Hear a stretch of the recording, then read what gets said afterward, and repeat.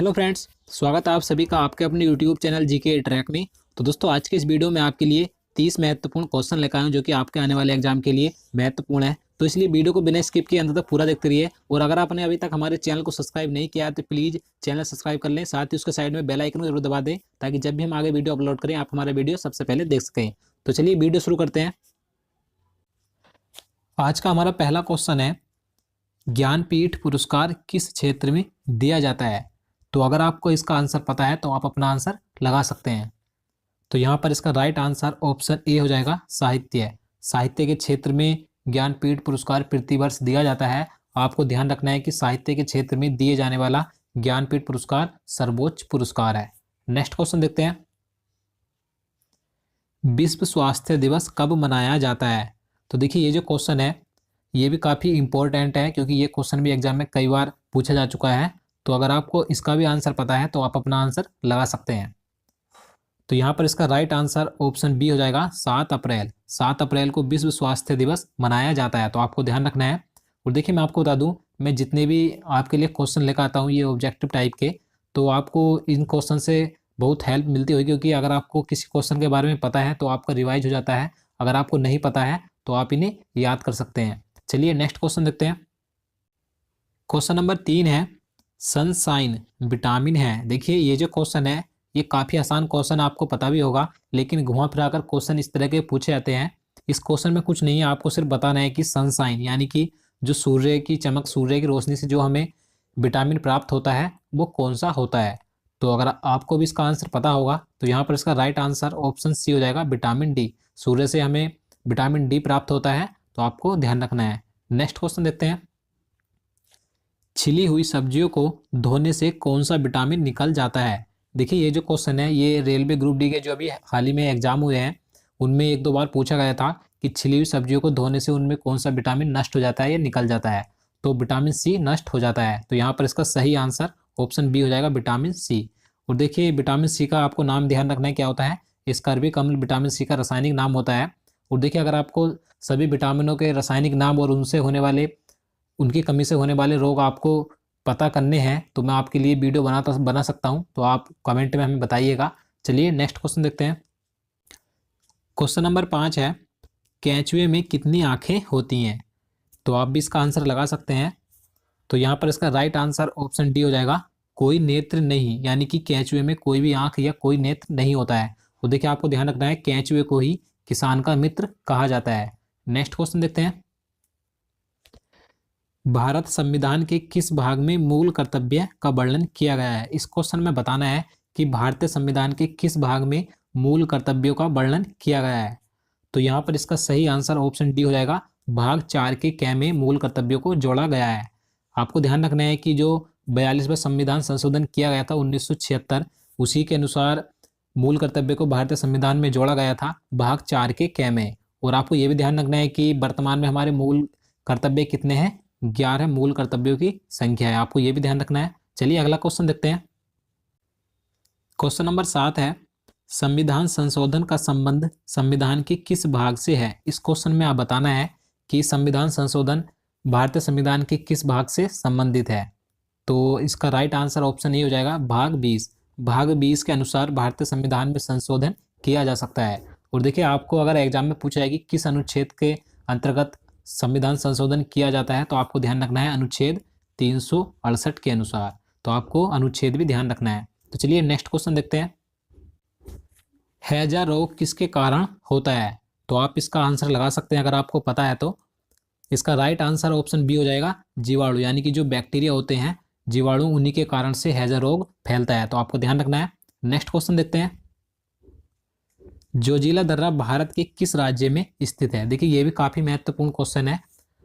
तो इसका right answer option B हो जाएगा, जम्मू कश्मीर राज्य में स्थित है जोजिला दर्रा। और देखिए, आपको एक पॉइंट और ध्यान रखना है कि ये जो दर्रा है श्रीनगर और लेह मार्ग को जोड़ता है। तो आपको ये भी ध्यान रखना है क्योंकि आपसे एग्जाम में ये भी पूछा जा सकता है। नेक्स्ट क्वेश्चन देखते हैं। क्वेश्चन नंबर 10 है, भारत सरकार का सर्वोच्च विधि अधिकारी कौन होता है?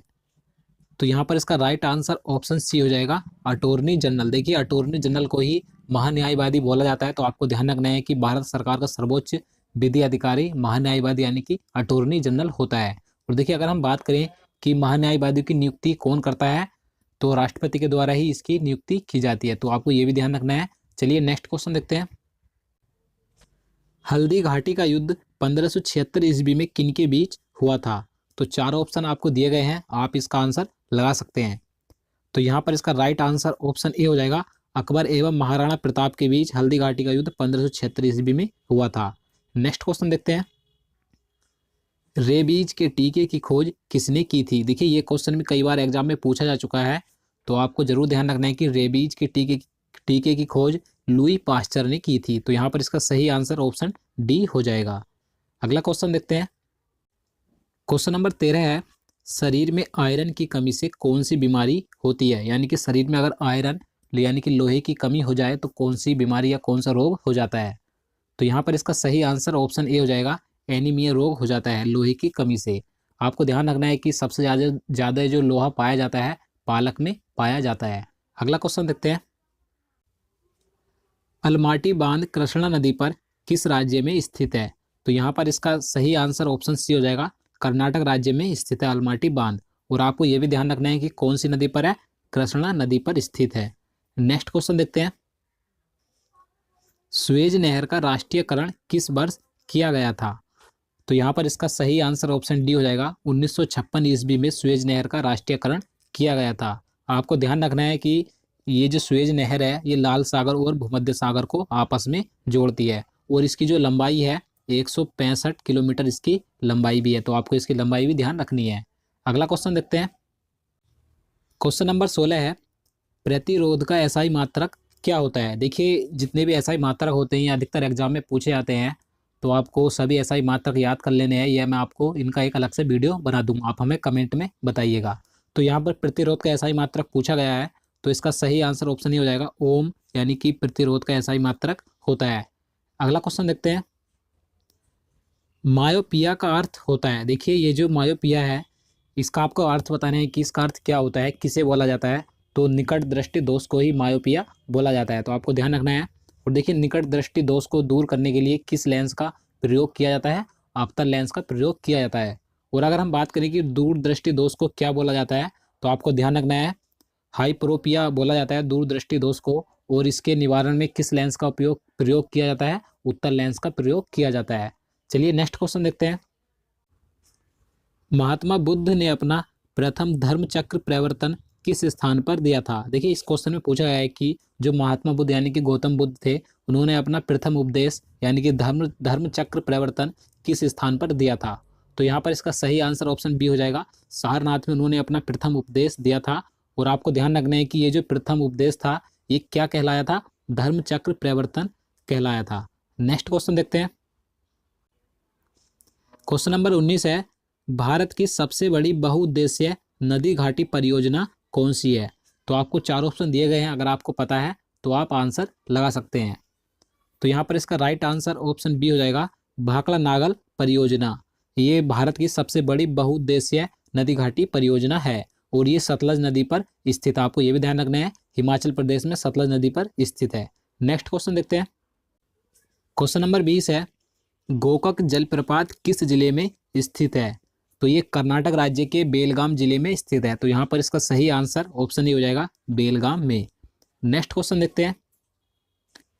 किस देश को पहले निप्पन के नाम से जाना जाता था? यानी कि किस देश को पहले निप्पन कहा जाता था, आपको बताना है। तो यहाँ पर इसका सही आंसर ऑप्शन डी हो जाएगा, जापान। जापान को पहले निप्पन के नाम से जाना जाता था। अगला क्वेश्चन देखते हैं। क्वेश्चन नंबर 22 है, काला शीशा किसे कहा जाता है? तो इसका राइट आंसर ऑप्शन ए हो जाएगा, ग्रेफाइट को काला शीशा कहा जाता है, आपको ध्यान रखना है। नेक्स्ट क्वेश्चन देखते हैं। उजला सोना कहलाता है, अब आपको बताना है कि उजला सोना क्या कहलाता है, यानी कि किसे कहा जाता है? तो कपास उजला सोना कहलाता है, तो यहाँ पर इसका सही आंसर ऑप्शन सी हो जाएगा। नेक्स्ट क्वेश्चन है, मछली के हृदय में कितने प्रकोष्ठ यानी कि चैम्बर या कक्ष होते हैं? तो यहाँ पर इसका राइट आंसर ऑप्शन बी हो जाएगा, मछली के हृदय में 2 चैम्बर या कक्ष होते हैं, आपको ध्यान रखना है। और अगर हम बात करें कि मनुष्य के हृदय में कितने कक्ष होते हैं, तो 4 कक्ष होते हैं। और मेंढक की अगर बात करें तो मेंढक में 3 होते हैं, तो आपको ये तीनों ध्यान रखने हैं। नेक्स्ट क्वेश्चन देखते हैं। क्वेश्चन नंबर 25 है, प्रिंस ऑफ वेल्स कप किस खेल से संबंधित है?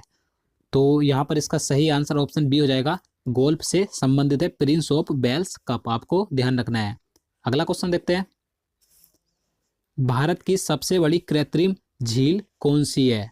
तो यहाँ पर इसका राइट आंसर ऑप्शन ये हो जाएगा, गोविंद बल्लभ पंत सागर भारत की सबसे बड़ी कृत्रिम झील है और ये यूपी के सोनभद्र में स्थित है, आपको ध्यान रखना है। अगला क्वेश्चन देखते हैं, क्वेश्चन नंबर 27 है, इंडिका किसकी रचना है? तो देखिए काफी आसान क्वेश्चन है, आप इसका आंसर लगा सकते हैं। तो इसका राइट आंसर ऑप्शन ये हो जाएगा, मैगस्थनीज की ये रचना है इंडिका, आपको ध्यान रखना है। अगला क्वेश्चन देखते हैं, लाख बक्स किसे कहा जाता था? तो देखिए लाख बक्स की उपाधि यानी कि लाख बक्स किसे कहा जाता था? तो कुतुबुद्दीन ऐबक को लाख बक्स कहा जाता था, तो यहाँ पर इसका सही आंसर ऑप्शन ए हो जाएगा। नेक्स्ट क्वेश्चन है, क्वेश्चन नंबर 29 है, 1 रुपए के नोट पर किसके हस्ताक्षर होते हैं? तो यहाँ पर इसका सही आंसर ऑप्शन बी हो जाएगा, वित्त सचिव, वित्त सचिव के हस्ताक्षर होते हैं 1 रुपए के नोट पर, आपको ध्यान रखना है। और बाकी जितने भी नोट होते हैं उन पर सभी भारतीय रिजर्व बैंक यानी कि गवर्नर के हस्ताक्षर होते हैं, आपको ये ध्यान रखना है। और अगर हम बात करें कि वर्तमान में वित्त सचिव कौन है, हाल ही में बनाए गए हैं AN झा यानी कि अजय नारायण झा, हाल ही में भारत के नए वित्त सचिव बनाए गए हैं। मैंने आपको इससे पहले जो वीडियो अपलोड किया था उसमें मैंने आपको बता दिया था, अगर आपने वो हमारा करंट अफेयर्स का वीडियो नहीं देखा है तो आप उसे एक बार जरूर देखिएगा। चलिए नेक्स्ट क्वेश्चन देखते हैं, भारतीय रिजर्व बैंक का मुख्यालय कहाँ है, यानी कि RBI का मुख्यालय कहाँ पर स्थित है? तो इसका राइट आंसर ऑप्शन डी हो जाएगा, मुंबई, मुंबई में RBI का मुख्यालय स्थित है। और देखिए मैं आपको बता दूं, अभी हाल ही में नए RBI के गवर्नर बने हैं। अब मैंने इससे पहले जो वीडियो अपलोड किया था उसमें मैंने सभी करंट अफेयर्स के महत्वपूर्ण क्वेश्चन कराए थे, तो आप उस वीडियो को एक बार जरूर देखिएगा। तो दोस्तों आज के लिए इतना ही, उम्मीद करता हूँ आपको वीडियो पसंद आया होगा। अगर आपको वीडियो अच्छा लगा हो तो लाइक कर देना और चैनल को भी जरूर सब्सक्राइब करना, साथ ही वीडियो को ज़्यादा से ज़्यादा शेयर करना ताकि हम आपके लिए आगे भी इस तरह के वीडियो ला सकें। तो चलिए मिलते हैं नेक्स्ट वीडियो में, तब तक के लिए नमस्कार।